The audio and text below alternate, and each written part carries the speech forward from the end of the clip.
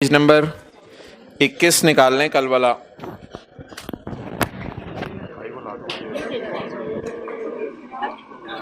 Tax की किताब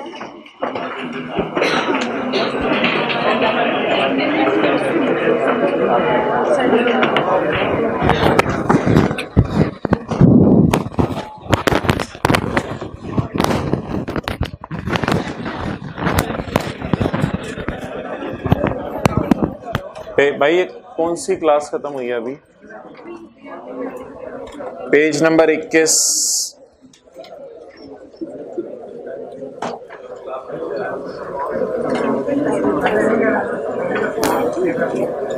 कल हमने 3 अप्रोचेस पढ़ी थी, utilitarian, डियोंटोलॉजी, virtue ethics.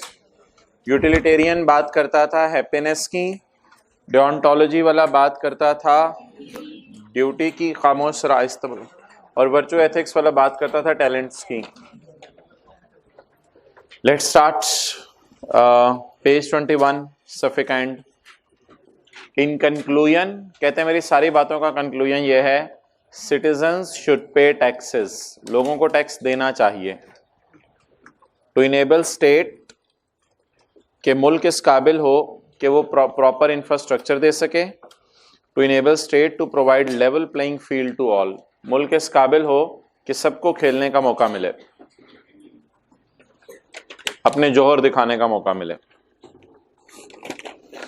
Okay, page 22 का top, that is very important, tax avoidance and tax evasion. Tax avoidance and tax evasion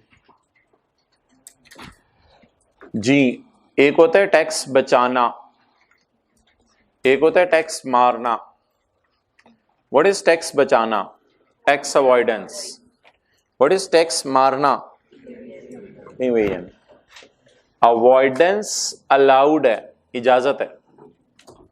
evasion not allowed है, evasion की इजाजत नहीं है, इवेजन जुर्म है, अवॉइडेंस जुर्म नहीं है।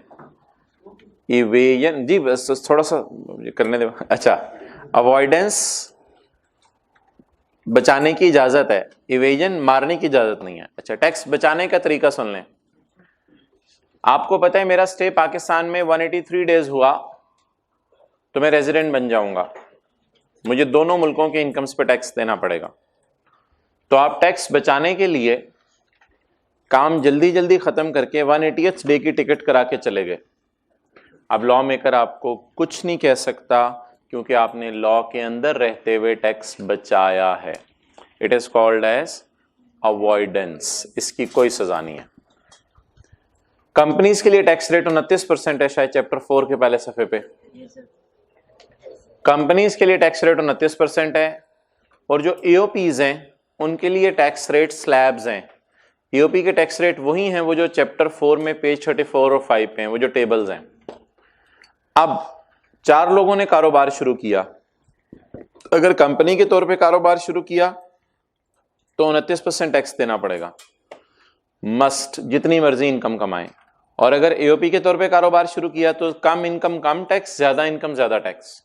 तो लोग आजकल ऐसा करते हैं, एओपी के तौर पे कारोबार शुरू कर लेते हैं अगर छोटा कारोबार हो। इससे फायदा ये होता है 29% टैक्स से बच जाते हैं। तो ये लॉ के अंदर रहते हुए टैक्स बचाना है। Tax avoidance is the legal use of tax law, ये लीगल यूज है टैक्स लॉ का। टू वन्स ओन एडवांटेज, अपने फायदे के लिए। To reduce the amount of tax, ताकि आप कम टैक्स दें। For example, it is up to tax payer that whether the business is started as partnership or company. In case of partnership, tax rate is lower than that of company. लेकिन वैसे partnership में भी जो आखिरी serial है ना, उसका 35% rate है, वो काफी हैवी सीरियल है। Another example is starting business in a tax free zone. ऐसे इलाके जहां पे आप चीजें एक्सपोर्ट करें, जैसे सियालकोट के इलाके हैं, वहां चीजें बना के एक्सपोर्ट करें, वहां लोग बिजनेस कंसर्न खोलना पसंद करते हैं ताकि टैक्स कम देना पड़े, बल्कि ना देना पड़े। तो टैक्स फ्री जोन में भी आप कारोबार शुरू कर सकते हैं। Tax evasion is an illegal practice, ये तो गलत है, ये तो जुर्म है।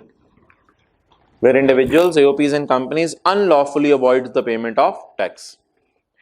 इन टैक्स एवेजन टैक्स पेयर जानते बूझते हुए छुपाता है the true state of affairs to tax authorities, छुपाता है। It is punishable under the law, इस पे सजा मिलती है।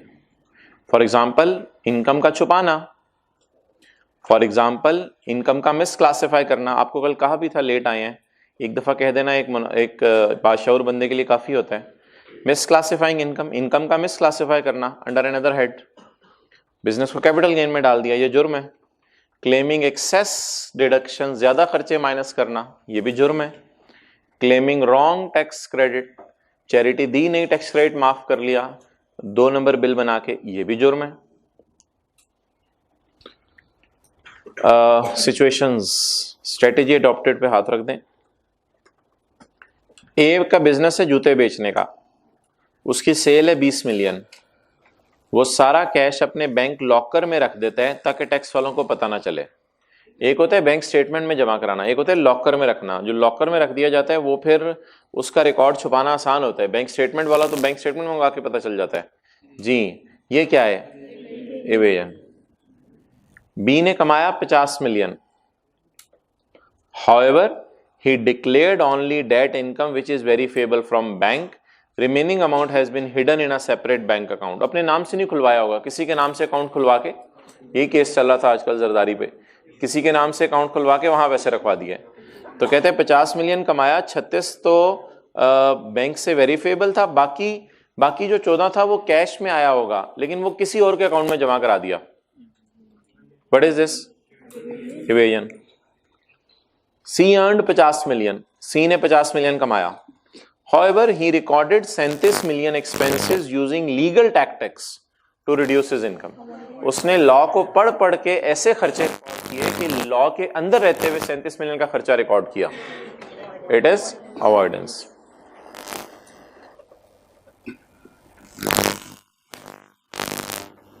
अच्छा जी भाई, अब इसको कल वाली अप्रोचेस से लिंक करना है। Utilitarian, virtue ethicist, deontologist. अगर सिंपल पेपर में सवाल आए ना कि इवेजन और अवॉइडेंस बताएं, तो फिर सिनेरियो से लिंक नहीं करना, यूटिलिटेरियन वर्चू एथिक्स वाले सिनेरियो से लिंक नहीं करना। वैसे आमतौर पर पेपर में 2 नंबर का सवाल आता है, what is avoidance, what is evasion, तो फिर ऊपर वाला लिखाना है। लेकिन अब नीचे हम यूटिलिटेरियन को लिंक करने लगे ऊपर वाली अवॉइडेंस से। अब सवाल ये राइज होगा कि यूटिलिटेरियन, वर्चू एथिसिस्ट और डिओंटोलॉजिस्ट क्या इवेजन पसंद करेंगे? तो एक बात तो सुन लें, इवेजन का जिक्र तीनों में नहीं करना। अवॉइडेंस के बारे में बात कर लेते हैं तीनों के बारे में। इवेजन तो इलीगल काम है, तो ये तो हमने तीनों से नहीं कराना। अवॉइडेंस पे बात कर लेते हैं। A utilitarian concerned with aggregate welfare, एक यूटिलिटेरियन जो एग्रीगेट वेलफेयर यानी सबकी खुशी की बात करता है, might be willing for tax avoidance. ये टैक्स बचाने के में इंटरेस्टेड होगा। क्यों? बचाने में, बचाने का मतलब है लॉ के अंदर रहते हुए बचाना। ये बचाने में इंटरेस्टेड होगा। क्यों?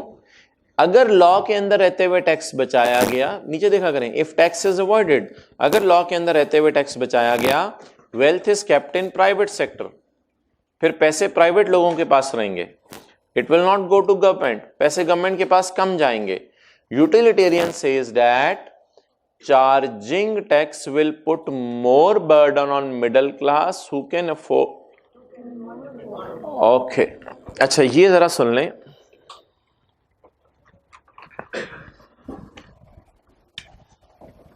rich people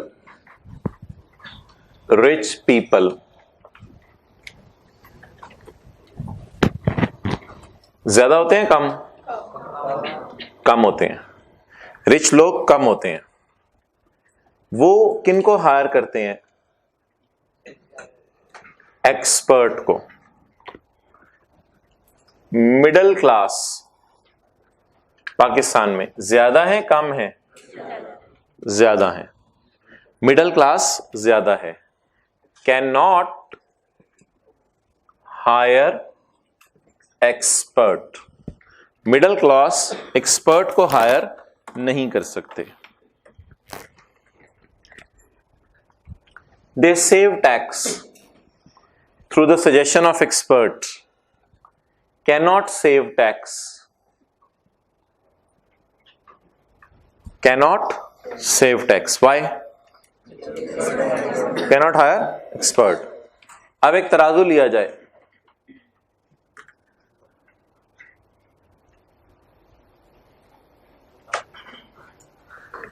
उस तराजू का ये वाला पलड़ा झुक जाएगा, ये वाला पलड़ा जो है वो नीचे चला जाएगा। इस तराजू में सवाल है डालना क्या है, इस तराजू में डालना क्या है? इस तराजू में डालें मिडिल क्लास के गम और इसमें डालें अमीरों की खुशियां। तो मिडिल क्लास के गम अमीरों की खुशियों से ज्यादा होंगे, because middle class tax save नहीं करके गमगीन होगी। गमगीन होगी तो एक पलड़े में मिडिल क्लास के गमों को रखा जाए और दूसरे पलड़े में अमीरों के टैक्स सेव करने की खुशी को रखा जाए। तो आप बताएं क्या खुशी में इम्बैलेंस क्रिएट हो गया? तो अगर खुशी में इम्बैलेंस क्रिएट हो गया तो खुशियों का पलड़ा भारी हुआ या गमों का पलड़ा भारी हुआ? गमों का पलड़ा भारी हुआ। जरा पढ़े।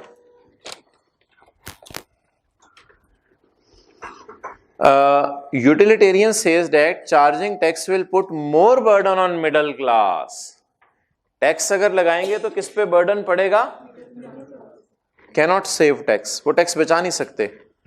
Who cannot afford hiring tax lawyer. The dissatisfaction of middle class, the gum of middle class, the gum of middle class will be more. The gum of will be more as compared to the satisfaction achieved by, satisfaction का मतलब खुशियां, खुशियां achieved by rich class। चलें जी, note कर।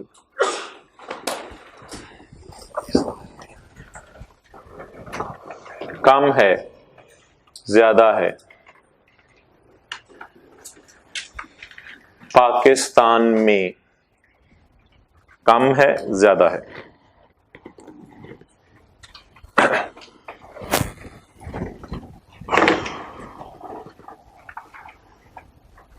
मुझे send कर दे।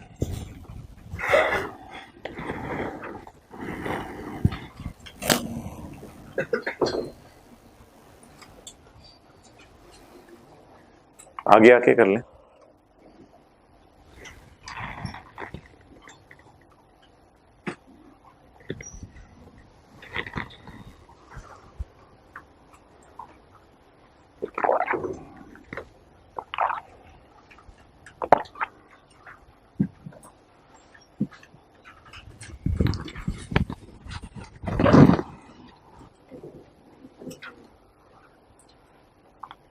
जी भाई second last row में आए, भाई आप भी सेकंड लास्ट रो में आए। आगे आगे दूसरी साइड पे, दूसरी साइड पे इसी रो में।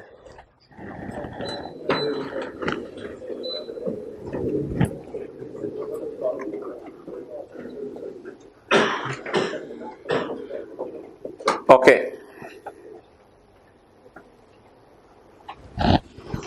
Next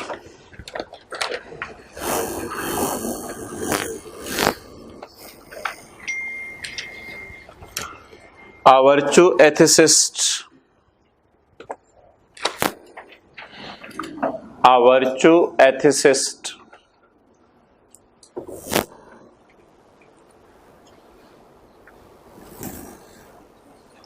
virtue ethicists would dislike tax avoidance, ये भी टैक्स का बचाना नापसंद करेगा। It is not ethical to exploit the rules knowing that one is exploiting it for oneself. अच्छा, वर्चू एथिसिस्ट जिसकी हमने कल बात की थी, टैलेंट्स इस्तेमाल करने की बात करता है। ये बंदा नेकियां, वर्चूज, नेकियों की तरफ जाता है। अच्छा, ये बंदा इतना शरीफ है, इतना शरीफ है कि कहते हैं मैं टैक्स बचाना भी पसंद नहीं करूंगा। हमने कहा ये क्या हुआ, टैक्स तो सारे बचाते हैं। कहते हैं मुझे निहायत ही शर्म सी आती है कि बार बार लॉ को इस नजरिए से पढ़ूं कि मुझे टैक्स बचे।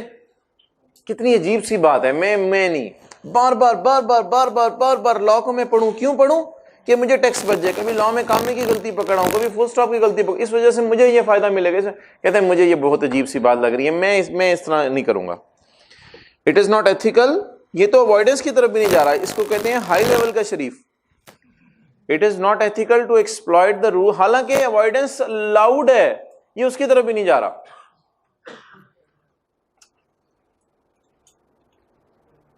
इससे वालिदैन, बेटा कभी कभी दोस्तों के साथ खाना खाया करो। अब एक बच्चा ऐसा, नहीं नहीं अब्बू छोड़े, मैं नहीं, मैं बस घर ही खाया करूं। इतना शरीफ है कि वो जो ऑप्शन दे रहे हैं वो भी वेल नहीं कर रहा। Okay, a deontologist will not favor tax avoidance, ये टैक्स को बचाना पसंद नहीं करेगा, लेकिन इसको कंडेम भी नहीं करेगा, कहेगा ठीक है बचा लें तो कोई हर्ज भी नहीं। Deontologist can easily argue for a duty to obey the law, जहां तक बात है इसके टैक्स जमा कराने की, तो ये कहेगा ये तो मेरी ड्यूटी है इसलिए मैं जमा कराने को तैयार हूं। लेकिन कंडेम का लफ्ज़ उसने इसलिए लिखा है, कंडेम इसको इसलिए नहीं करता कि कहता है थोड़ा सा बचेगा तो मेरा भी तो काम चलना है ना, तो इसलिए बचाना पसंद करता भी है, नहीं भी करता। जहां तक सवाल है कि बचाना पसंद जो है वो क्यों नहीं करता, इसलिए बचाना पसंद नहीं करता कि ये इसकी ड्यूटी है। ओके, पहले पेज पे आ जाएं चैप्टर के।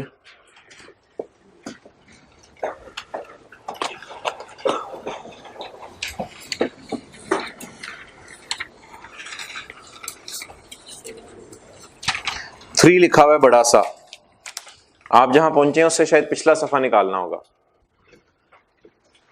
अच्छा जी, इस पेज के ऊपर है, आप ये देखें सारे इस पेज के ऊपर हैं, एथिक्स फॉर टैक्स, हाँ ethics for tax legislators. Ethics for tax legislators कौन है? गवर्नमेंट। ये मैंने आपको बताया था कौन है, गवर्नमेंट। इसमें मेरे भाई हमने पढ़े थे कैनन्स ऑफ टैक्सेशन,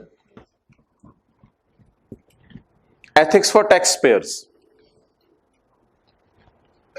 इसमें तीन हेडिंग थी, morality behind tax compliance, ethics and morality for tax compliance, tax avoidance and evasion. जरा अगली हेडिंग पढ़ें, ethics for tax administrators, tax implementing authorities, इसको कहते हैं एफबीआर। ये दोनों नाम अलग अलग याद करने हैं, एडमिनिस्ट्रेटर भी कहते हैं, इंप्लीमेंटिंग अथॉरिटी भी कहते हैं। इसमें हमने इंट्रोडक्शन पढ़ा था, पिलर्स पढ़े थे और रिस्पॉन्सिबिलिटीज पढ़ी थी, और सबसे एंड पे हमने पढ़े थे एथिक्स फॉर टैक्स प्रैक्टिशनर्स और विसल ब्लोअर की डेफिनेशन। अच्छा, आप जरा चैप्टर को स्कैन करें दोबारा, हेडिंग्स पे फोकस करना है। एथिक्स का मीनिंग है, ये भी सवाल आ सकता है 2-3 नंबर का। फिर आगे कैनन्स शुरू हो रहे हैं टैक्सेशन के, तो कैनन्स के अंदर जो है वो 4 मेन है और 5, 6, 7, 8, 9 जो हैं वो एडिशनल कैनन्स हैं।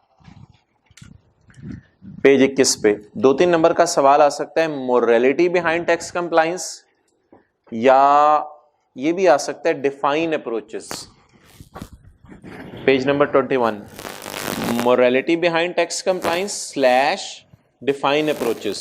तो ये 3 अप्रोचेस को डिफाइन करना भी सवाल आ सकता है, 2-3 नंबर का आएगा। लेकिन 5-6 नंबर का, 7 नंबर का सवाल आ सकता है, ethics and morality for tax payers regarding tax compliance, यानी टैक्स पेयर्स टैक्स को पे करने से कैसे कंप्लाई करते हैं, वो पे करते भी हैं या नहीं करते। और उसके बाद अवॉइडेंस इवेजन की डेफिनेशन आ सकती है। अगर अवॉइडेंस इवेजन 6-7 नंबर का हो तो फिर नीचे वाली 3 बातें भी लिखनी पड़ेंगी, यानी उनसे लिंक भी करना पड़ेगा उन्हें। इसके बाद है एथिक्स फॉर टैक्स एडमिनिस्ट्रेटर्स, इसमें पावर्स दी हुई थी, अगले सफे पे पिलर्स दिए हुए थे। अच्छा, आगे एक और चीज भी दी हुई थी पेज 23 पे, इन 4 पिलर्स को लोग क्यों नहीं फॉलो कर रहे, एफबीआर को इस वक्त ये मसाइल हैं। उसकी इंग्लिश हमने बनाई थी, ethical issues faced by tax administrators, और इनसे बचने के तरीके नीचे थे।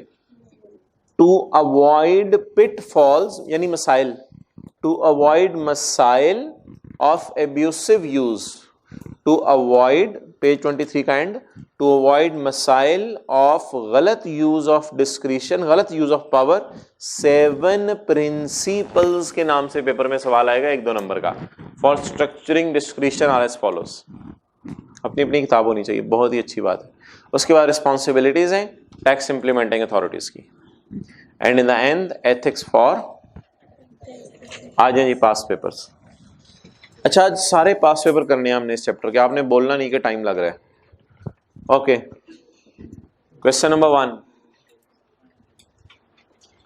ब्रीफली एक्सप्लेन द एथिकल, जगह दे दें, सर्दी लग रही है भाई को, इधर जगह और ठीक है, चेंज कर लिया करें। Good CN.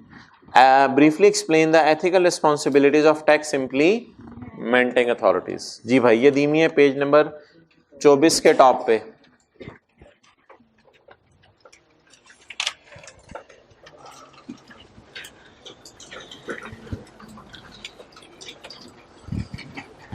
Question number 3, briefly describe 3 main canons of taxation. मेन बाबा जी वाले या शागिर्दों वाले? बाबा जी वाले। पेज 20 के टॉप पे जो 4 हैं उनमें से 3, ऊपर वाले 3 या 4 में से 3? Question number 3, list any 6 ethical issues which may be faced by tax administration authorities. 6 ethical issues which may be faced. 23, 8 दिए हुए हैं, उसमें से 6 लिखने हैं, सिर्फ नाम लिखने हैं, इनकी एक्सप्लेनेशन तो नहीं है। 8 दिए हुए हैं। Corruption. Okay, question 4, list any 7 responsibilities of tax administrators. वही 24 का top.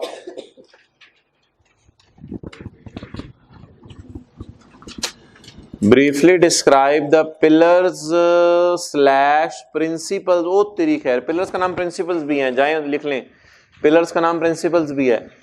Pillars of principles of tax administration.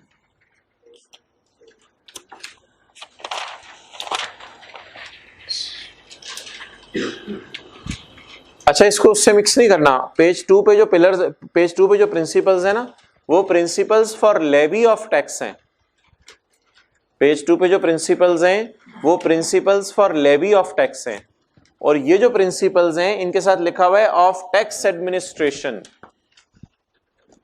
वो है टैक्स लगाने के असूल, ये है टैक्स एडमिनिस्ट्रेटर, एफबीआर के लिए बने हुए असूल, which are meant to safeguard the interest of taxpayer and avoid abusive use of power. List 6 ethical issues which may be faced while discharging their duties. जी बोलें, वही। अच्छा, अभी तक ethics for tax practitioners test नहीं हुए, page 24 वाले कभी test नहीं हुए, ये भी टेस्ट हो सकते हैं, और विसल ब्लोअर भी टेस्ट नहीं हुआ अभी। हाँ, मैंने माना वो यूटिलिटेरियन वगैरह वाला भी अभी तक टेस्ट नहीं हुआ, लेकिन ये वाला मेरे ख्याल से ज़्यादा ज़रूरी है, ethics for tax practitioner, utilitarian के बनिस्बत। बहरहाल गेस सीए में नहीं चलता। चलें छोड़ें, किस तरफ हम निकल गए थे।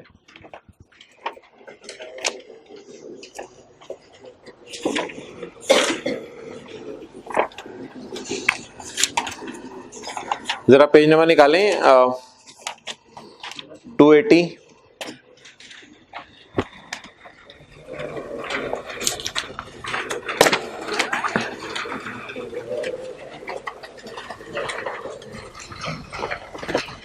Okay ji,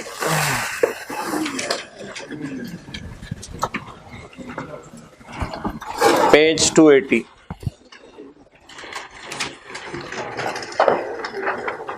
returns, assessments and appeals.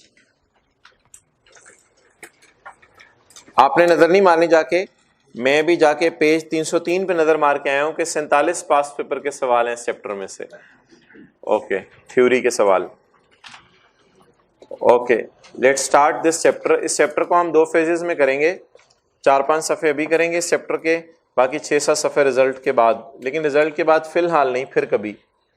इस चैप्टर को करके ख़त्म करके इसके 4-5 सफ़े हम कहाँ तक पढ़ेंगे? हम पढ़ेंगे पेज 286 तक या 287 के टॉप तक। जहाँ से असेसमेंट शुरू हो जाएंगी वो बाद में पढ़ेंगे। ओके, इस इस चैप्टर के 3 नाम हैं, आईकैप की किताब में तीनों चैप्टर अलग अलग हैं, रिटर्न, असेसमेंट, अपील्स, ये तीन चैप्टर अलग अलग हैं, लेकिन हमने अपनी किताब में इकट्ठे कर दिए हैं क्योंकि पास पेपर्स इसमें से इकट्ठे आते हैं। ओके, रिटर्न ऑफ इनकम पढ़ने से पहले इनकम टैक्स की authorities, there shall be following income tax authorities. Highest authority कौन सी है? उसके बाद इनलैंड रेवेन्यू अपील, डी छोड़ दें अभी। उसके बाद ऑफिसर। अच्छा, इसका मतलब ये नहीं कि वो बी और सी अपने आप को ऑफिसर नहीं कह सकते, वो भी ऑफिसर हैं, लेकिन वो बड़े ऑफिसर हैं। छोटे ऑफिसर्स के लिए उसने ऑफिसर का नाम रखा। ऑफिसर्स में सबसे बड़ा उसका शागिर्द, उसका शतुंगड़ा असिस्टेंट कमिश्नर। तो सबसे टॉप पे चीफ, उसके बाद एफबीआर तो है ही ना, उसके बाद चीफ, उसके बाद कमिश्नर, उसके बाद एडिशनल, फिर डिप्टी, फिर असिस्टेंट कमिश्नर। ये आपके सिलेबस में नहीं है याद करना, इसलिए डब्बे में लिखा हुआ है, सेक्शन 207 है ये आपके सिलेबस में नहीं है, लेकिन याद रखना जरूरी है, करना जरूरी नहीं है। रिटर्न ऑफ इनकम सेक्शन 114, रखने और करने में सर फर्क भी बता दें। अच्छा, सेक्शन 114 रिटर्न ऑफ इनकम जी, what is return of income?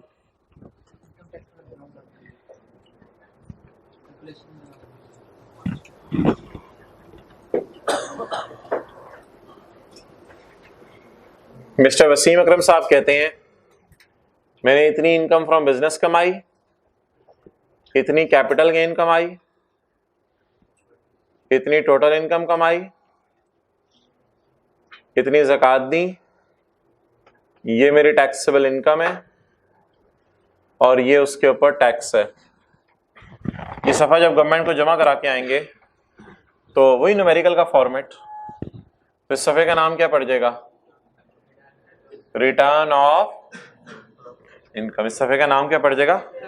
Return of income. तो सफ़े के टॉप पे लिख लें, रिटर्न ऑफ इनकम न्यूमेरिकल का फॉर्मेट होता है। रिटर्न ऑफ इनकम न्यूमेरिकल का, वो जो न्यूमेरिकल्स आज तक हम सॉल्व कर रहे हैं वो न्यूमेरिकल का फॉर्मेट होता है रिटर्न ऑफ इनकम।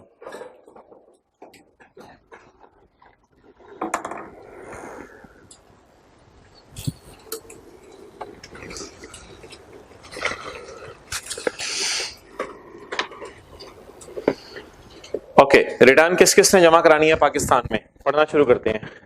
अखबार में आपने सुना होगा अक्सर आमदन के गोशवारे, कितने लोगों ने सुना हुआ है? आमदन के गोशवारे, ये वही है रिटर्न ऑफ इनकम। तारीख एक्सटेंड कर दी, तारीख एक्सटेंड कर दी, ये कितने लोगों ने सुना हुआ है? इसकी तारीख एक्सटेंड कर दी। तारीख भी आपको याद कराई हुई है 30 सितंबर, लेकिन अक्टूबर, नवंबर, दिसंबर तक गवर्नमेंट एक्सटेंड कर ही देती है क्योंकि लोग टैक्स नहीं जमा कराते, फिर गवर्नमेंट कहती है प्लीज खुदा के लिए। पॉइंट 1, किताब अपनी अपनी होनी चाहिए, कल से चेक होगी सबकी। The following persons are required to furnish a return of income for a tax year. इन लोगों ने रिटर्न ऑफ इनकम जमा करानी है। नंबर 1, एवरी कंपनी, हर कंपनी ने तो जमा करानी ही है। Every person whose taxable income exceed 4 lakh. ये जो इंडिविजुअल्स और एओपीज हैं जिनकी इनकम किससे ज्यादा है? 4 लाख से। वो 4 लाख टेबल में लिखा हुआ था, 4 लाख से ज्यादा। नॉन प्रॉफिट ऑर्गेनाइजेशन, इसने टैक्स तो नहीं जमा कराना होता लेकिन रिटर्न जमा करानी होती है सफ़े पे। वेलफेयर इंस्टीट्यूशन भी छोड़ें, बस इनको याद कर लीजिएगा। बी, ओके, बी का माना आपने बड़े गौर से समझना है।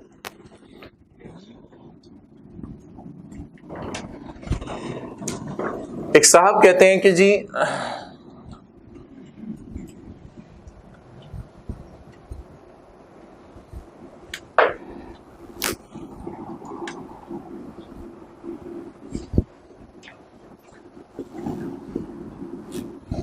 मेरी टैक्सेबल इनकम, आपको पता है बॉर्डर लाइन क्या थी पेज 34 वाले टेबल की? 4 लाख। 0 से 4 लाख वाले के लिए रेट क्या था? 0%। एक साहब कहते हैं मेरी टैक्सेबल इनकम 5 लाख है। क्या ये साहब टैक्स पे करेंगे क्योंकि 4 लाख से ज्यादा है? क्या ये साहब रिटर्न फाइल करेंगे जी, बिल्कुल। बिजनेस 5 लाख, टोटल 5 लाख, ज़कात 0, टैक्सेबल 5 लाख, और इस पर टैक्स कैलकुलेट करेंगे। ठीक है, जो भी होगा जो भी होगा, रिटर्न फाइल करनी पड़ेगी। ये इनकी रिटर्न है, ये इनकी रिटर्न है, या कोई भी इनकम है, बिजनेस ही थी, कैपिटल गेन थी, जो मर्जी इनकम है। ओके, तो ये साहब 5 लाख पे टैक्स जमा कराएंगे गवर्नमेंट को, और टैक्स पैसे भी देंगे, साथ ये सफा भी जमा कराएंगे, जिस सफे से गवर्नमेंट को पता चल जाएगा इसने कौन सी इनकम कमाई। 2011 के अंदर इन्होंने 3 लाख कमाया। क्या ये साहब 3 लाख कमाने के ऊपर जो है वो टैक्स जमा कराएंगे? नो।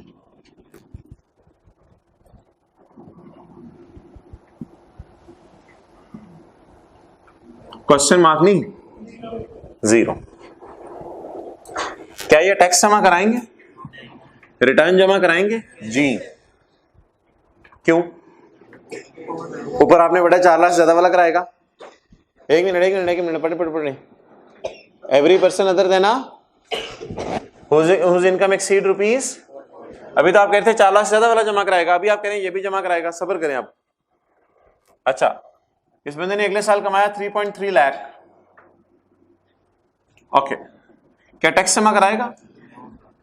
नो। रिटर्न जमा कराएगा जी, जमा कराएगा। इस बंदे ने अगले साल कमाया 3.5 लाख, कम कर दे, 3 लाख कर दे, जो मर्जी कर दे, लेकिन 4 से कम, 4 लाख से कम कमाया, टैक्स जमा कराएगा? रिटर्न जमा कराएगा? नो, रिटर्न जमा नहीं कराएगा। अब असूल क्या है? असूल ये है कि जनरल रूल, मैं बी का 1 अभी बाद में पढ़ाता हूं। जनरल रूल ये है कि रिटर्न वो जमा कराए जिसकी इनकम 4 लाख से ज्यादा है, लेकिन हकीकत में ऐसा होता है कि जब ये एक दफा रिटर्न जमा करा के चला जाता है ना, तो अगले साल गवर्नमेंट वेट कर रही होती है इसका। अब ये गवर्नमेंट के पास जाए और गवर्नमेंट को जाके कहे गवर्नमेंट मैं क्या करूं, गवर्नमेंट कहे ओ चलो कोई टैक्स ना दो, सफा जमा करा दो, क्योंकि हम तुम्हारा इंतजार कर रहे थे, तुम ना आते तो हमें डर लगता कि शायद तुमने 5 से 7 पे पहुंच गए हो और बताया ही नहीं हमें, तो शायद तुम टैक्स मार रहे हो, हम समझते टैक्स इवेजन की है, लेकिन चलो कोई नहीं, खैर है, अल्लाह आपको जो है वो माल में बरकत दे और आप जो है आसमानों पे जाएं। अच्छा, 2012 में इस बंदे ने फिर इनकम कमाई, लेकिन गवर्नमेंट फिर इंतजार में बैठी थी, शायद इस साल टैक्स लेके आ जाए, तो टैक्स नहीं लाया, लेकिन सफा जमा कराएगा जिसमें कहेगा मेरी टैक्सेबल इनकम 3.3 है और उस पर टैक्स 0 बनता है। अब जब 2 साल गवर्नमेंट के पास चला जाएगा, गवर्नमेंट इसको कहेगी कहानी इधर कर, अब ना आया कर, तुझसे कोई उम्मीद नहीं हमें, अब तेरी इनकम, तेरा बॉर्डर जो है ना नीचे जाता जा रहा है, तेरे सारे आजकल गर्दिश में है, जा। अब गवर्नमेंट ने उम्मीद है हाँ अगले साल अगर 6 लाख आ जाए फिर तो आना पड़ेगा, वो बात अपनी जगह, लेकिन अब गवर्नमेंट कहेगी तेरा कारोबार ठप हो गया, अब तेरे पास तेरे आने की जरूरत नहीं, ऐसे ही आके हमारा भी टाइम जाया कर होता है। तो असूल है 2 साल। 2 साल क्या पढ़े? A person who has charge to tax, charge to tax का मतलब होता है who has paid tax, who has paid tax in any of the 2 preceding tax years. देखें जी, इधर देखें, मैं इधर से शुरू करता हूं। Has he paid tax in any of the 2 preceding tax years? मैं 11 में खड़ा हूं, 11 में खड़े होके, Has he paid tax in any of the 2 preceding tax years? Yes, इसलिए इस साल आएगा।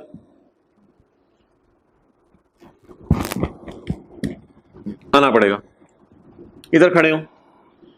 Has he paid tax in any of the 2 preceding tax years?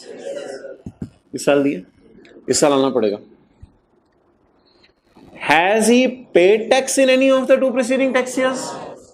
अब रिटर्न जमा कराने भी ना आए, किस साल इसको रिलैक्सेशन मिलेगी? ये सफा जमा ना भी कराए तो खैर है, 2013 में। चलें जी, लेफ्ट साइड वाला सफा इसीलिए है, पता नहीं आपने इस पे क्या करना है, सफे के ऊपर बॉर्डर से नोट करना शुरू करें, छोटा छोटा करके, इतनी बड़ी करके मिसाल नोट करते हैं, यही मिसाल आधे सफे पे आ जाती है।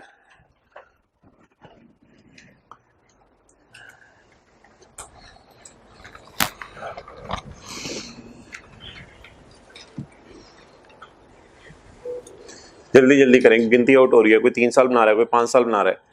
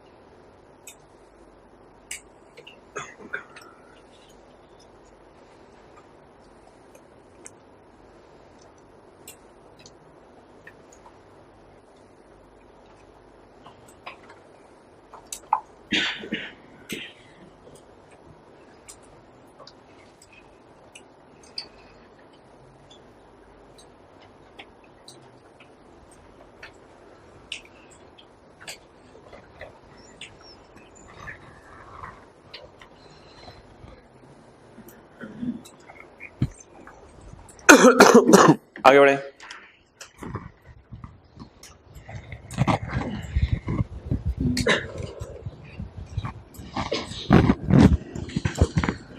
Who claims a loss carry forward? लिखें उर्दू में, जो बंदा लॉस अगले साल माइनस करना चाहता है, जो बंदा लॉस अगले साल के प्रॉफिट से माइनस करना चाहता है, किताब नहीं लाते, लिखते भी नहीं, जो बंदा लॉस अगले साल के प्रॉफिट में से माइनस करना चाहता है वो भी रिटर्न जमा कराए।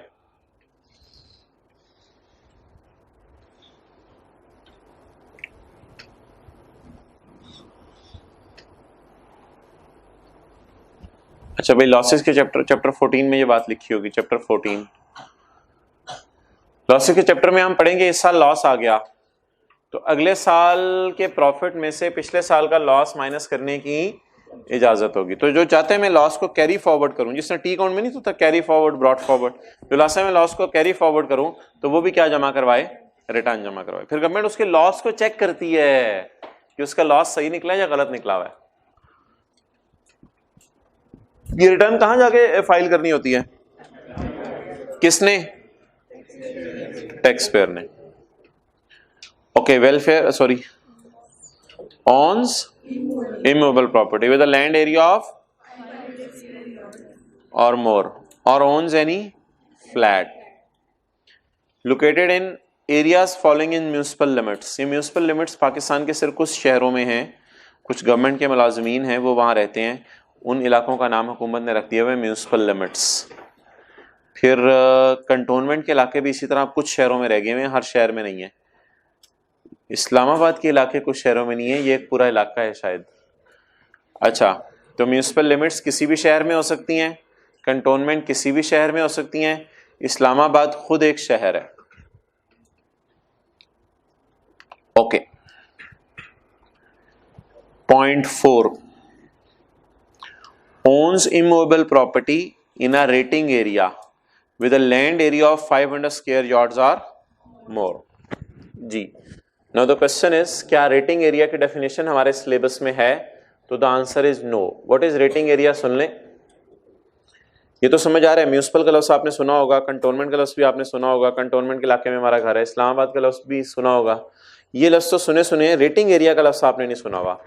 तो भाई पाकिस्तान के बड़े बड़े शहरों में कुछ महंगे महंगे इलाके थे जिनको गवर्नमेंट ने रेटिंग एरिया का नाम दे दिया हुआ है। If you find time some time तो आप गूगल पे जाके पाकिस्तान गवर्नमेंट की वेबसाइट्स पे जाके सर्च कर सकते हैं कि किस शहर का कौन कौन सा टाउन रेटिंग एरिया है।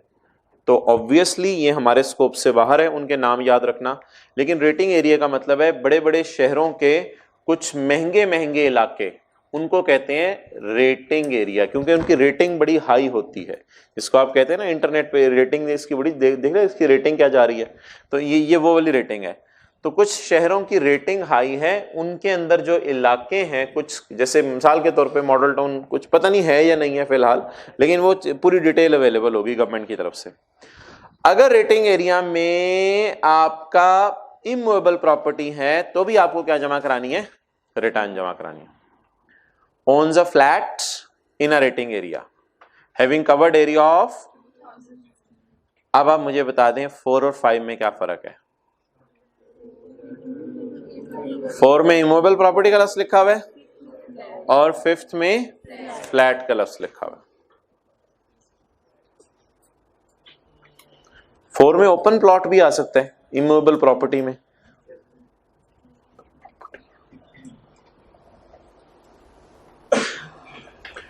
Six owns a motor vehicle having engine capacity above 1000 cc. Okay. Point 7 has obtained national tax number. Point 8. Point 8 सिर्फ दो लोगों के लिए है, कमर्शियल दुकानदारों के लिए और इंडस्ट्रियल फैक्ट्रियों के लिए। वो दुकानदार और वो फैक्ट्रियां जहां बिजली का बिल साल का 5 लाख से ज्यादा है। रेजिडेंशियल नहीं लिखा हुआ यहां पे, सिर्फ कमर्शियल और industrial. 9 is the resident person registered with any chamber of commerce and industry,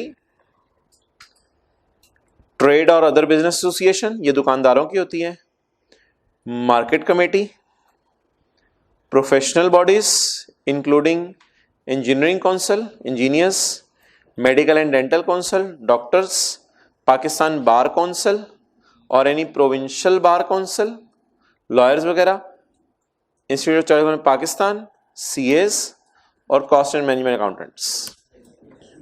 okay, having said this,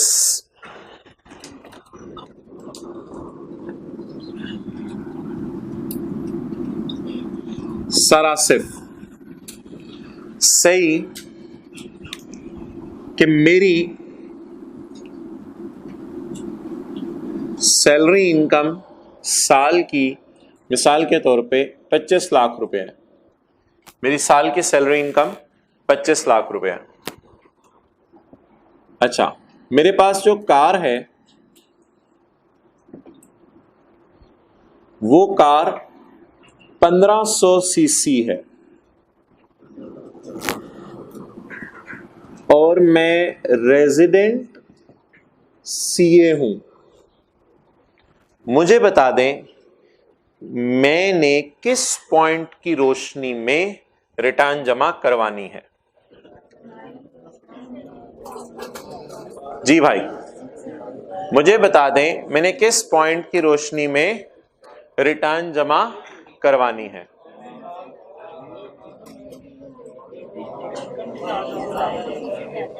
जी बोले बोले बोलो। नहीं नहीं, बस आंसर है कि सरासिफ ने सेक्शन 114 के 1 के AB के मुताबिक रिटर्न जमा करानी है। बस वाई मेरे भाई, सबसे पहले फिल्टर से गुजारा करने आपने AB वाले से। जो बंदा AB वाले फिल्टर से गुजर के रिटर्न जमा करा रहा है, फिर उससे अगला सवाल पूछना बनता ही नहीं। रिटर्न ही जमा करवानी है या बार बार जमा करवानी है? 3 दफा जमा करवाएं आप, ये फोटोकॉपी करा के 2 कॉपी और भी लगा दें यार, तो रिटर्न ही जमा करानी है ना। तो ये रिटर्न किस वजह से जमा करा देंगे? सर से आप जाके पूछें, सर आप क्यों रिटर्न जमा करा रहे हैं? सर आपको ये नहीं कहेंगे मेरी गाड़ी 1000 सीसी से ऊपर की है। सर आपको ये नहीं कहेंगे मेरा इस्लामाबाद के अंदर फ्लैट है। सर आपको ये नहीं कहेंगे मैंने सीए किया हुआ है। सर कहेंगे मेरी इनकम 25 लाख से ऊपर है, बस मेरी इनकम 4 लाख से ऊपर है, मैं इसलिए रिटर्न जमा कराता हूं, और कोई वजह नहीं है। ओके, ये बात आपको जरा और वाजे होगी अगली मिसाल से। अगली मिसाल से बात और वाजे होगी। अब भाई का नाम जाफर भाई। जाफर भाई ने सीए किया। मई और जून की तनख्वाह मिली इनको। इन्होंने 1 मई को नौकरी मिली, मई और जून की तनख्वाह मिली। इनकम फ्रॉम सैलरी 2 लाख, मई की तनख्वाह 1 लाख, जून की तनख्वाह 1 लाख। यकम मई को इन्होंने सीए कर लिया, 2 महीने की तनख्वाह मिली। नंबर 2, भाई जाफर, इधर जो क्लास में बैठे हुए हैं हमारे सामने, फर्स्ट रो में बैठे हुए हैं भाई जाफर। अच्छा, इनको अबू ने गाड़ी लेके दी हुई है 800 सीसी वाली, और यकम मई को इन्होंने सीए कर लिया, तो ये रेजिडेंट सीए हैं जी। ये एक प्रैक्टिकल सिनेरियो है ना, और बिल्कुल सही सिनेरियो है। ऐसा होता है, मई जून में नौकरी ही यकम मई को मिली, जिंदगी में पहली दफा नौकरी मिली यकम मई को मिली, तो मई और जून में इसको तनख्वाह मिली, जिंदगी की पहली तनख्वाह मई में मिली, तो मई और जून में इसको तनख्वाह मिली 2 लाख रुपया, और 800 सीसी इनके पास गाड़ी है, और रेजिडेंट सीए हैं। क्या इन्होंने वो सफा जमा करवाना है?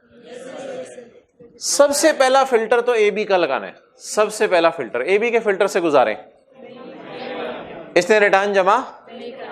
तो एक बात आप सुन लें, जिस पर ए बी नहीं लगा करेगा पे बी लगाना है। बी में तो बहुत से पॉइंट है, 1 2 3 4 5 6 7 8 9 10, जिस पे ए बी नहीं लगेगा उस पे बी लगाना है। आप लोग उल्टा चल रहे थे, आप पहले बी लगा रहे थे फिर ए बी लगा रहे थे, नहीं, और बी के साथ लिखें, जिस पे ए बी नहीं लगता उस पे बी लगाना है।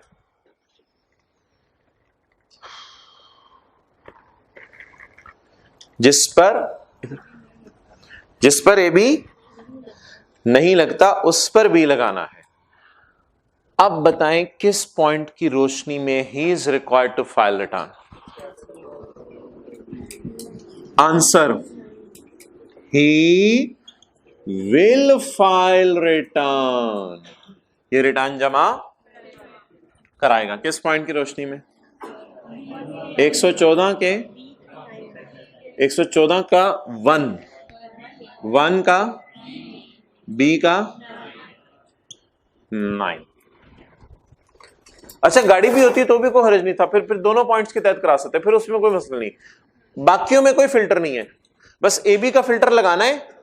नहीं लग रहा तो बी का कोई भी एक पूरा हो रहा है तो उसे क्या कहते हैं, तुम क्या जमा करा दो, रिटर्न जमा करवा दो। तो इसको क्या चीज मरवा गई? रेजिडेंट सीए होना इसको मरवा गया। He is required to file a return.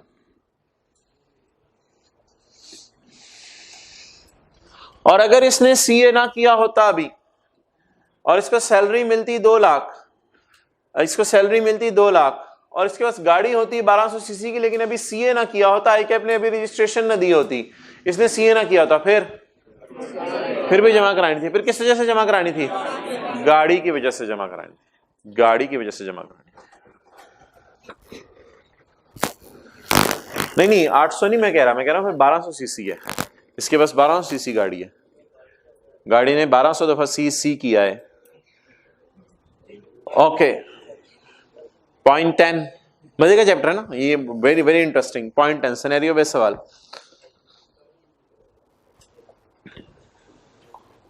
ये पॉइंट 10 अभी भी आया था जब से यूनिवर्सिटी वाला मसला हुआ था। Every resident individual required to file foreign income and asset statement. जिन लोगों ने फॉरेन इनकम्स की डिटेल देनी है और फॉरेन एसेट्स की डिटेल देनी है, उन्होंने भी रिटर्न जमा करानी है। अब ये फॉरेन इनकम्स एंड एसेट्स क्या होते हैं, इसके वेट करें, हम पढ़ेंगे सेक्शन 116A के अंदर। सेक्शन 116A नया आया लॉ में, जिसमें बाहर के मुल्कों वालों को भी पकड़ा गया कि उन्होंने भी रिटर्न जमा करानी है। ओके,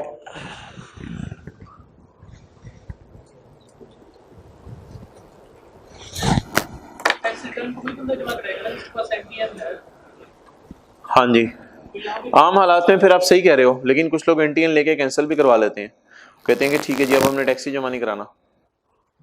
ओके,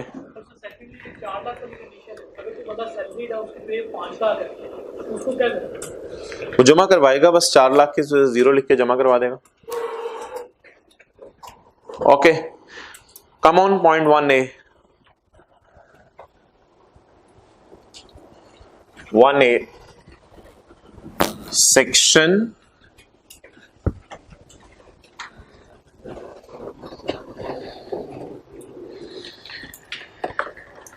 114 का 1A नहीं पढ़ना अभी आपने, नहीं पढ़ना अभी आपने। मुझे बताएं,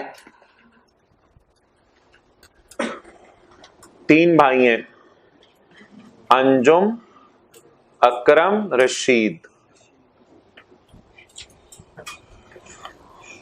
अंजुम कहता है मैंने इनकम फ्रॉम कैपिटल गेन कमाई है 3,80,000 रुपीज इन 1000।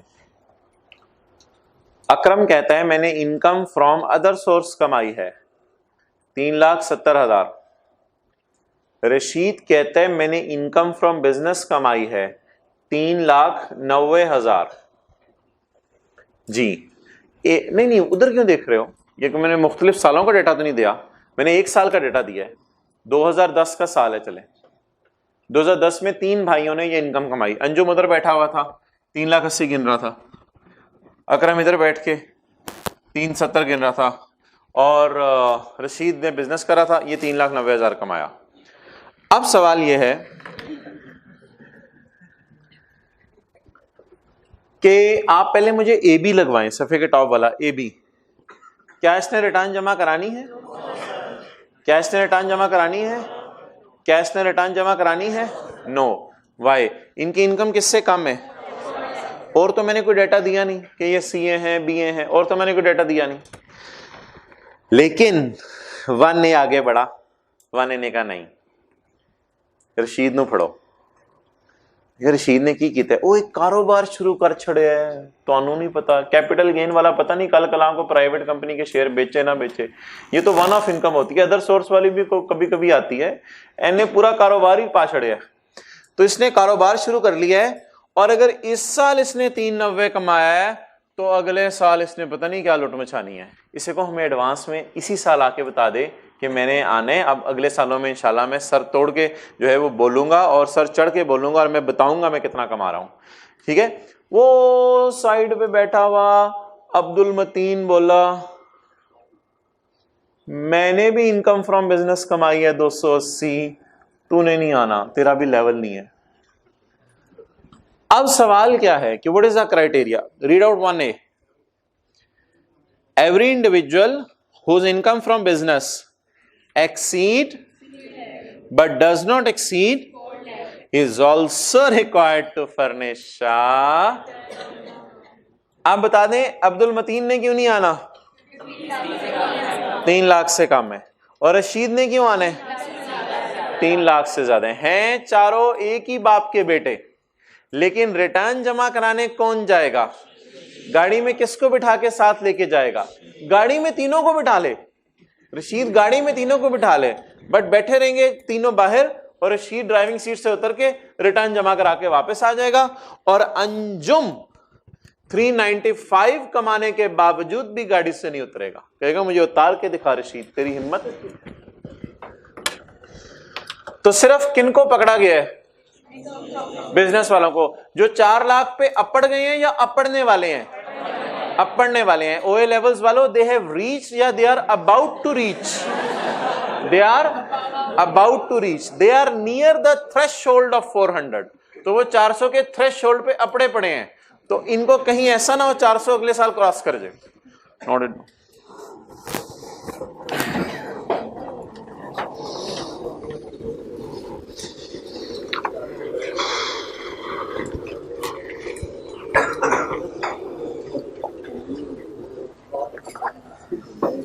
ये चैप्टर 1 और 3 जैसे बोरिंग नहीं है, ये चैप्टर बहुत इंटरेस्टिंग है।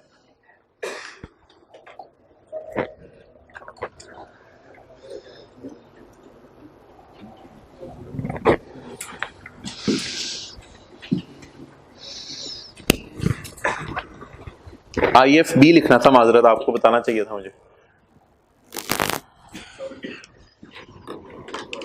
अब्दुल मतीन में इसके ऊपर आपने लिखा 114 का 1A। जी नहीं वो तो फिर AB में वैसे ही फंस जाएगा ना। AB तो हर एक पे वैसे ही लगाना है।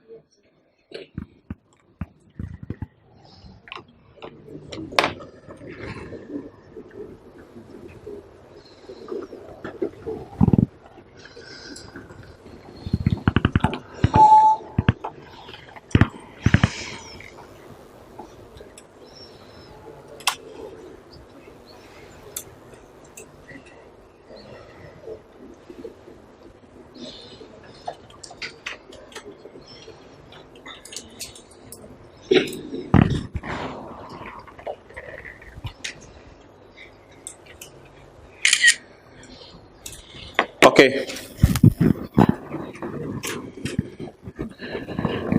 Come on point 2,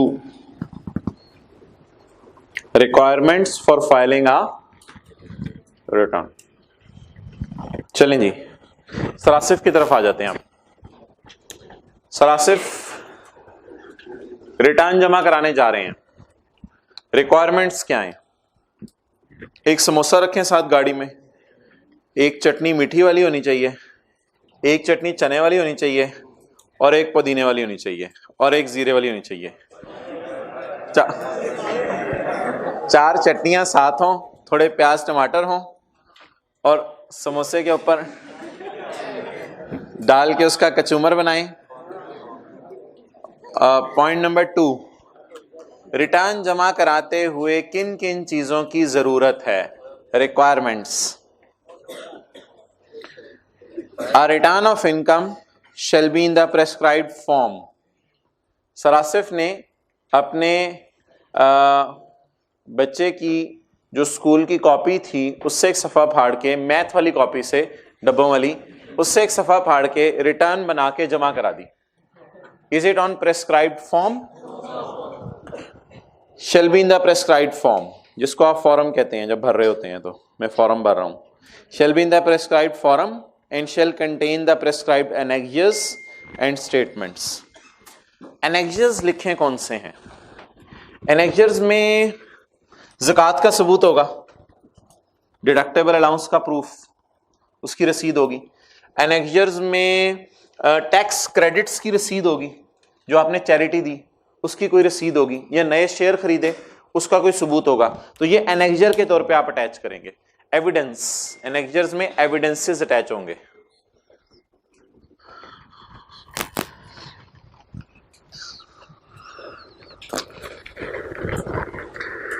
okay, shall be in the prescribed form and shall contain the prescribed annexures and statements. Shall state some particulars, थोड़ी थोड़ी चीजें बता देंगे, बिजनेस बता देंगे, सैलरी बस, ज़कात ज़ुकूत रहने देंगे, छुपा देंगे। Shall state all particulars including a, अच्छा रिकॉर्ड्स लिखें क्या क्या होते हैं? चलिए बिजनेसमैन के रिकॉर्ड्स बता दें, बिजनेसमैन के रिकॉर्ड्स बता दें, ज्यादा लोगों के ना बताएं। रिकॉर्ड्स केप्ट के ऊपर लिखें बिजनेस फॉर बिजनेसमैन, सफे के एंड पे लिख लें फॉर बिजनेसमैन। बिजनेसमैन के कौन से रिकॉर्ड्स होते हैं? इनवॉइसेस, यूटिलिटी बिल्स, ठीक है, जितनी मर्जी, रेंट एग्रीमेंट, हजारों बोल लें रिकॉर्ड्स, जो मर्जी बोलें।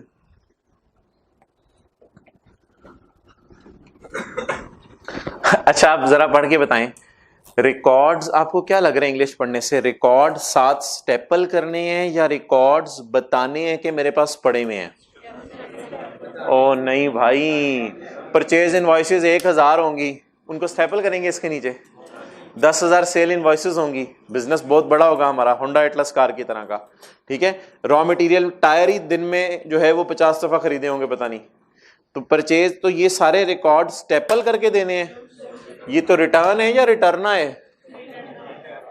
रिटर्न होगी ना, रिटर्न होगी। तो डिक्लेयर करने का मतलब है बताओ के पड़े हैं, डिक्लेयर का मतलब है बता दो। डिक्लेयर का मतलब ये नहीं कि एनेक्सियर के तौर पे अटैच करो, डिक्लेयर का मतलब है सिर्फ बता दो। डिक्लेयर बता दो कि मेरे पास रिकॉर्ड केप्ट हैं, पड़े हैं, जमा नहीं कराने, क्योंकि जब वो ऑडिट करने आएंगे फिर वो रिकॉर्ड्स आपके वेरीफाई कर लेंगे। तो हर बंदे अपने रिकॉर्ड जमा नहीं करवा सकता, रिकॉर्ड तो बहुत बड़ा थद्दा होता है, फाइलें इतनी बड़ी बड़ी होती हैं। शेल बी साइंड बाय सरासिफ। तीसरा काम क्या करेंगे? सरासिफ इस पे साइन करेंगे। और अगर इंडिविजुअल नहीं है, in other cases it shall be signed bye persons representative. तो कंपनी के केस में रिप्रेजेंटेटिव, डायरेक्टर्स वगैरह, फिर डायरेक्टर्स साइन कर देंगे इस पे, या पार्टनरशिप के केस में पार्टनर्स साइन कर देंगे। बल्कि डायरेक्टर्स साइन नहीं करते, कंपनी की मोहर होती है, कंपनी की मोहर लग जाएगी, seal. Shall contain the evidence of tax as per return. Evidence of tax क्या होगा? हाँ, बैंक की रसीद, एविडेंस ऑफ टैक्स होगा बैंक की रसीद, बैंक की रसीद आप जमा करवाएंगे कि बैंक में मैंने टैक्स जमा कराया, उसकी ये रसीद है।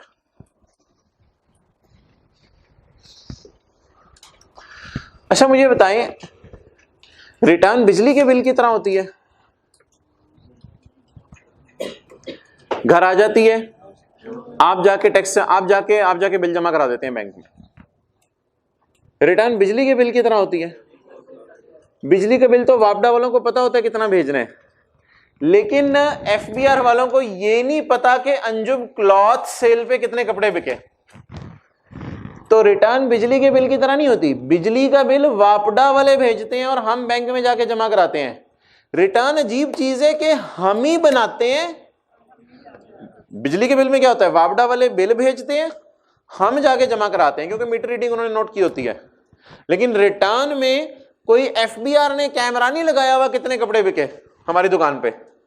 रिटर्न में क्या होता है, हम ही बताते हैं कितने कपड़े बिके, हम ही बताते हैं कितना प्रॉफिट आया, हम ही वो सफा जमा बनाते हैं, हम ही वो सफा बनाते हैं, और हम ही वो सफा जाके बैंक को दिखाते हैं, और बैंक को दिखा के वो सफा हम साथ क्या जमा करा देते हैं, टैक्स। ठीक है, तो रिटर्न बिजली के बिल की तरह नहीं है। रिटर्न बिजली का बिल आता है, हम जमा कराते हैं, लेकिन रिटर्न में आती नहीं है, हम बनाते भी खुद हैं और टैक्स भी खुद ही जमा कराते हैं। टैक्स बैंक में जमा करा देते हैं और रिटर्न एफबीआर को जमा कराते हैं। रिटर्न इलेक्ट्रॉनिकली आजकल जाती है, रिटर्न इलेक्ट्रॉनिकली एफबीआर के पास चली जाती है, और बैंक की रसीद का नंबर हम रिटर्न में डाल देते हैं कि बैंक को फला रसीद नंबर के तहत टैक्स जमा करा दिया। Shall contain evidence of payment of tax. और वो टैक्स किससे मैच करना चाहिए, जो हमारी रिटर्न में टैक्स की अमाउंट लिखी है। शैल कंटेन अ वेल्थ स्टेटमेंट, ये कल पढ़ेंगे सेक्शन 116। और मुझे उम्मीद है, नहीं शायद टाइम मिले ना मिले, शायद हम वेल्थ स्टेटमेंट बनाएं कल, न्यूमेरिकल करें इसका। अच्छा, और पॉइंट एफ देखें जहां जहां देखना है। Point F, shall be accompanied with a foreign incomes and asset statement. ये नवासी वगैरह के लिए कि ये लोग साथ फॉरेन इनकम और फॉरेन एसेट्स भी बताएं, ये सरासिफ के लिए नहीं, फिलहाल कोई नहीं है इनके। 2A rice Germany, 2A is return, बस खत्म करते हैं फिर। इज रिटर्न, ये चैप्टर साथ साथ याद करना है, इसमें हम एक पेज पढ़ा करेंगे या सवा पेज रोजाना, ये बात याद ना रखिएगा। Is return filed electronically considered as correct under the law. जितना टाइम हम थ्योरी पे सेव करेंगे उतना न्यूमेरिकल्स के लिए हमारे पास बचेगा time. Is return filed electronically considered as correct under the law. जी बिल्कुल, जमाना बदल चुका है।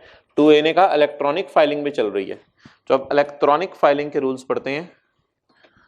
अ return filed electronically on web, जाले पे, और any computer readable media USB will also be treated as return. इसको भी रिटर्न ही कहा जाएगा, इसका नाम शेयर नहीं रख दिया जाएगा। द बोर्ड में make rules, federal board rules बनाएगा फॉर डिटर्मिनिंग करेक्टनेस। एलिजिबिलिटी का मतलब करेक्टनेस।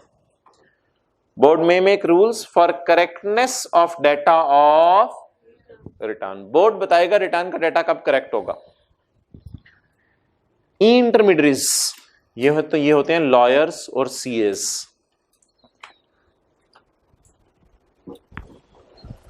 जी, लॉयर और CA इंटरमीडियरी क्यों है, क्योंकि ये टैक्स प्रैक्टिशनर है। अब शायद समझ आया हो, क्योंकि ये टैक्स प्रैक्टिशनर है। वसीम अकरम कहते हैं मुझे रिटर्न बनानी नहीं आती, मैंने एफबीआर को रिटर्न जमा करानी है। You will become intermediary, you will be called as electronic intermediary. अब आप वसीम अकरम से डाटा लेंगे, डाटा लेके इलेक्ट्रॉनिकली पंच करेंगे फॉर्मेट में।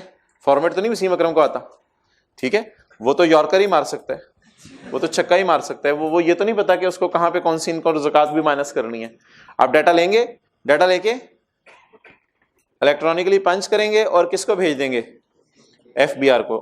तो you will be called as intermediary. Intermediary service provider भी कहते हैं इसे। क्या सर्विस प्रोवाइड करें आप वसीम अकरम को, रिटर्न जमा कराने की, बॉल कराने की नहीं। बॉलें करा चुके, वो उम्र उनकी खत्म हो गई है बॉलें कराने की। Intermediary who will digitize, digitize होता है type, who will type the data, आप डेटा टाइप करेंगे ऑफ रिटर्न, रिटर्न का, एंड ट्रांसमिट, और इसको जमा कराएंगे किसको, under their digital signature password, under their password digital signature, and other matters relating to electronic filing. चलें जी, पास पेपर में सवाल पढ़ें।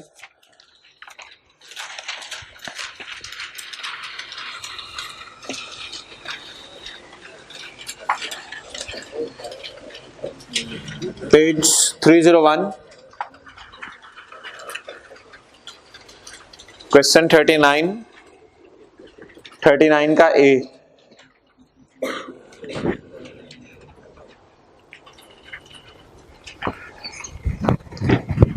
जी बताएं, list the persons who are required to file a return. वो बंदे बताएं जिन्होंने रिटर्न जमा करानी है। 6 नंबर का सवाल है।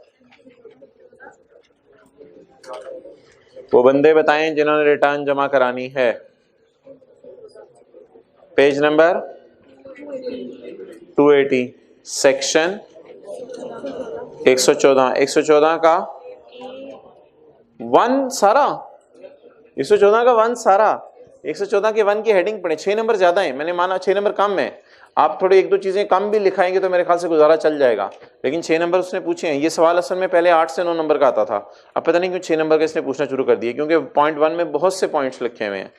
देखें, आप लोगों ने सबसे ऊपर एवरी कंपनी लिख के आना है, क्योंकि ये आपको जरूर याद होना है। नॉन प्रॉफिट ऑर्गेनाइजेशन लिख के आएंगे, बाकी चीजें आपने बाद में लिखनी है, मुझे पता है। Point 1, who is required to file a return. Page 280 पे भी मैंने ये सवाल लिखा हुआ है, who is required to file a return of income. ये 6 नंबर का सवाल अब आया है, लेकिन पहले 8-9 नंबर का आता था। सो चलें।